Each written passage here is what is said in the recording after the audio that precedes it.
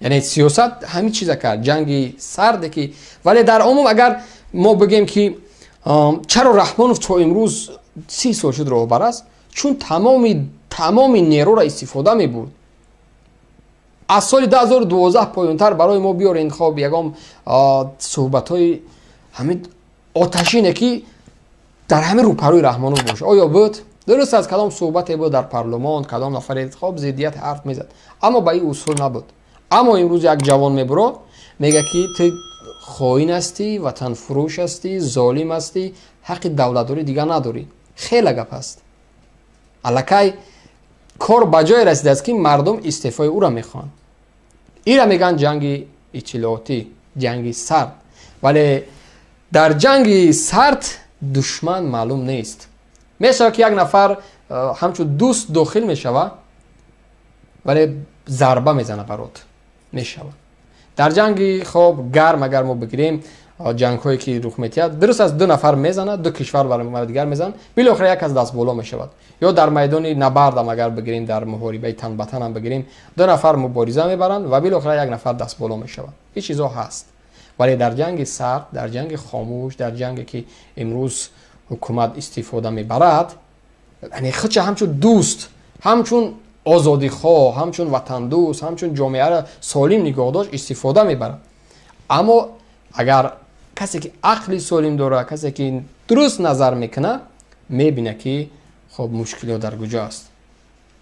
میبینه که نه واقعا اینا نه اینکه مبارزه میبرن، اما اینها کارشون دیگر است. با طور مثال اگر همین عکس ما بگیریم،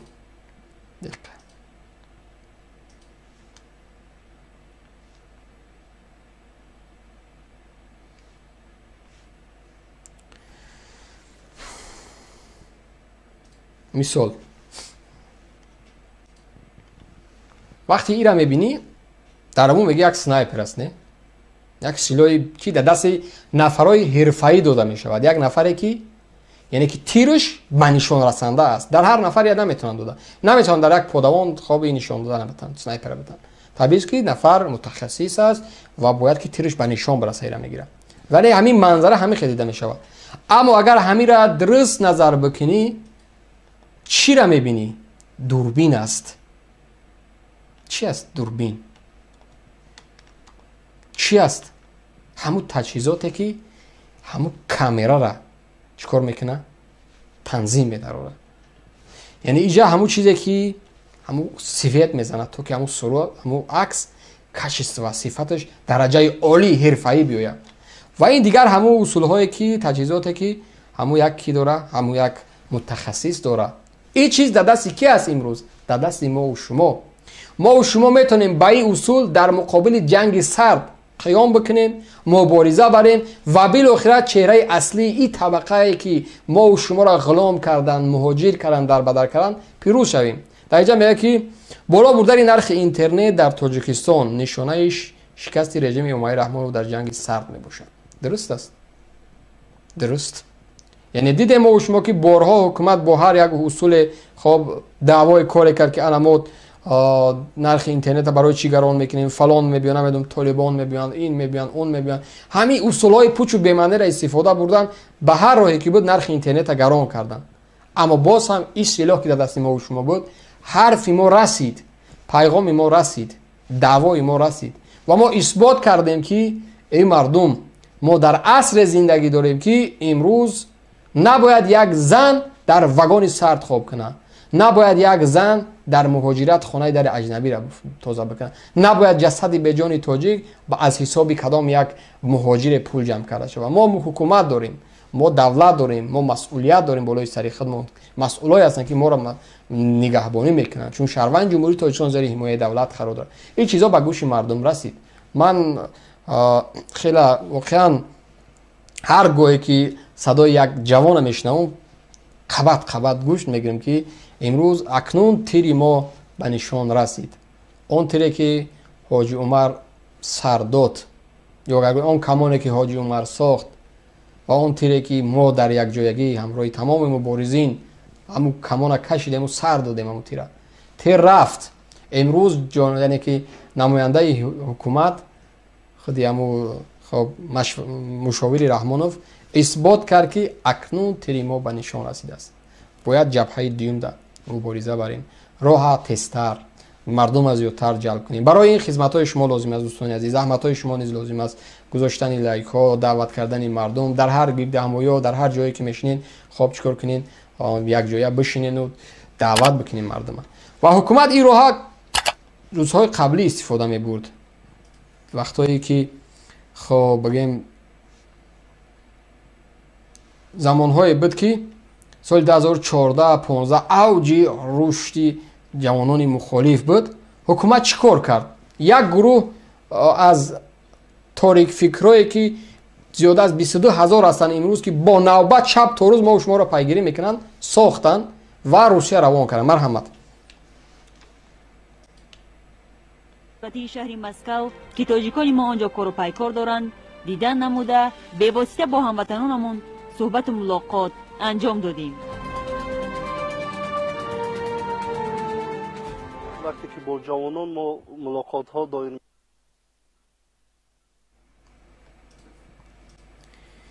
ما بارها میگم که ای کسی که از حکومت رحمانوف دفاع میکنی، شما مثل یک جوراب هستین، مثل یک نسکی هستین که استفاده کشیدن پرتافته میشه. این نفر گجا شد، یک مدت در مقابل ما و شما حرف میزد، دعوا میکرد، داد میگفت، حکومتی حقوق بنیاد میگفت، پیشوای ملت گجاست.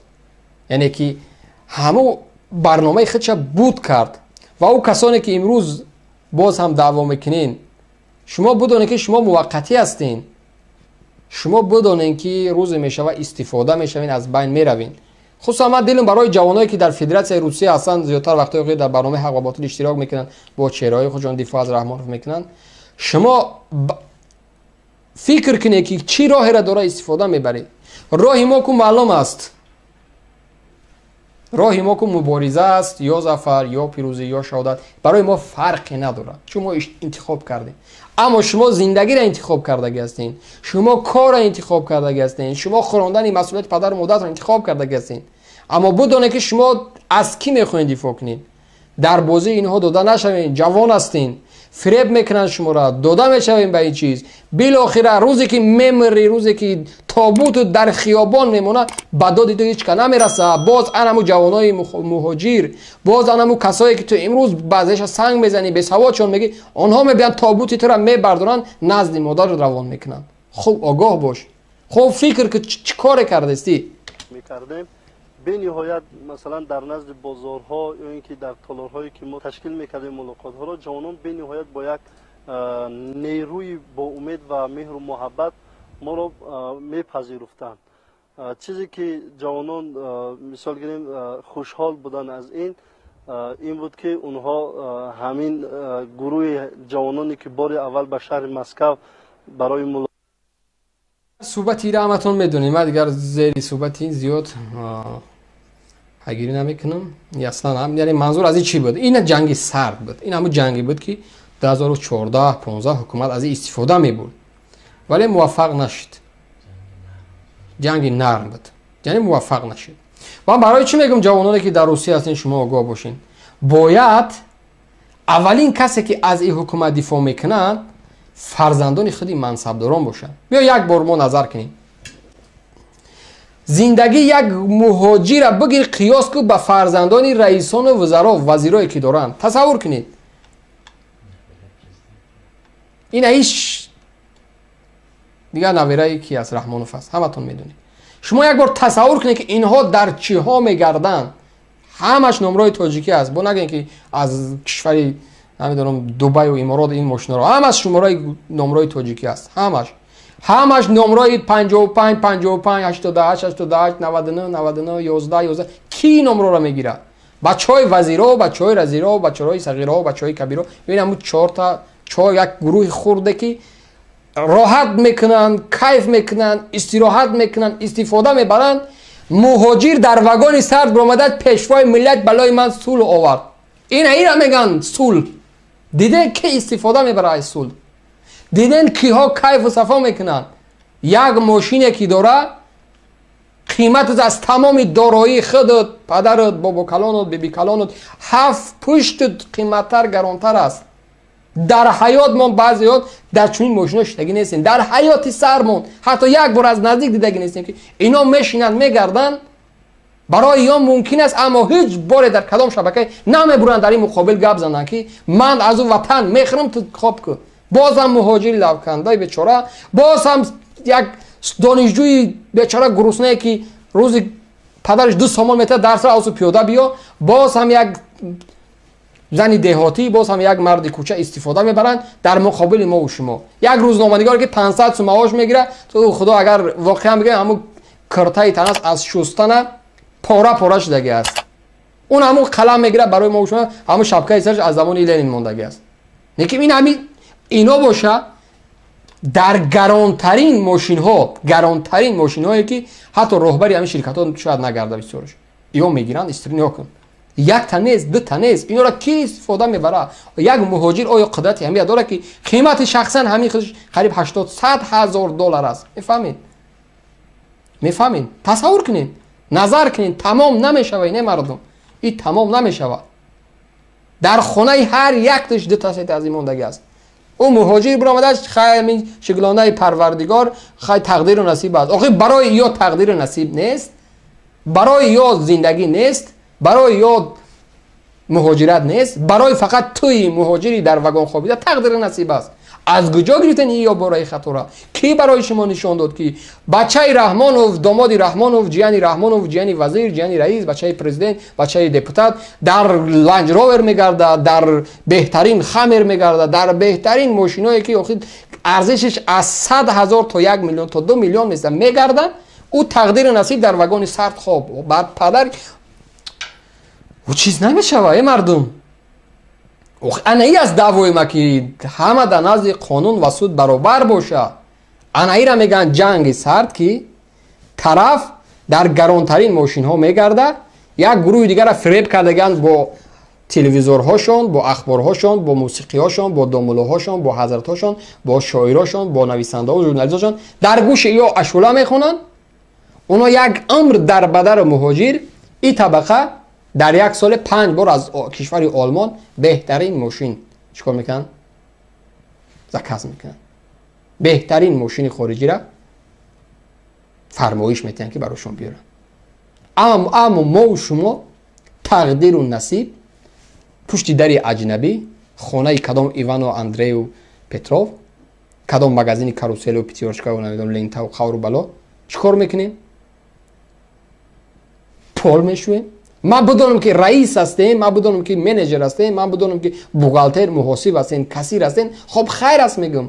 اما پسترین کارها را میکنیم. شب میریم برنامه حق و باطل شگلانه خدا. تقدیر نصیب. این تقدیر نصیب نیست. تقدیر نصیب جای خودش داره.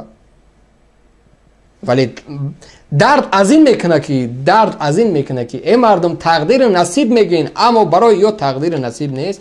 چند تا دیگه مثال بیارم. چند تا نگاه کنید. تمام نمیشن یا هم یا برای یا تقدیر نصیب نیست، برای یا بهترین ماشین. این مثال این میشه کلام کنید. این جنتلمن این همت میدونی، یعنی از کدام حساب پدرش میلیونر بود، باباش با مالکیت اومد سری قدرت، یا که کی با مالکیت اومده بود؟ از زمان امیر تیمور اومدن، از کدام زمان اومدن که اینا تله های زمان قدیم داشتن با پول عوض کردن؟ از کدام زمان؟ نه، جامعه پوشیدن، موزه پوشیدن، در ترکتور را بسته کردن، اومدن رئیس شدن، راهبر شدن، پرزیدنت شدن، 25-30 سال راهبر شدن. امروز کار و فرشون در بهترین صورت زندگی میکنن. تقدیر ناپذیر مهاجر، وگان سرد، خانه در اجنبی، دین و آن و دیگر صدها پروبلم های دیگر. این است اصلا هدف ما، آرزو آرمان های ما که باید جامعه عوض شود. جامعه نباید در جامعه زندگی کنیم که یک بای و 100 کم بغل باشد. باید 100 بای و 100 کم بغل باشد. نمیشه. این اصولی کشور دموکراسی نیست دیگه که در این کشور یک بای یا که 10 تا باید با بهترین سرعت صدها هزار کمبغل مهاجری در بدر باشه. با همون خاطر باز هم آخرین صحبت من است که الکی ما و شما واقعا پیروز هستیم، واقعا دست بالا هستیم، مقامات با تمام قدرتش اقرار شد. پس به طرف نباشین در این جنگ، در این نبرد، در این مبارزه. دست یک دیگر بگیریم، کوشش کنیم، برنامه‌ریزی بکنیم، کوشش کنیم پیش بریم، دعوت کنیم و بالاخره به جای برسیم که این مردم تاجیکستان نه وابسته از قومش، ملتش، دینش باید سربلند باشه، موفق باشه و پیروز باشه.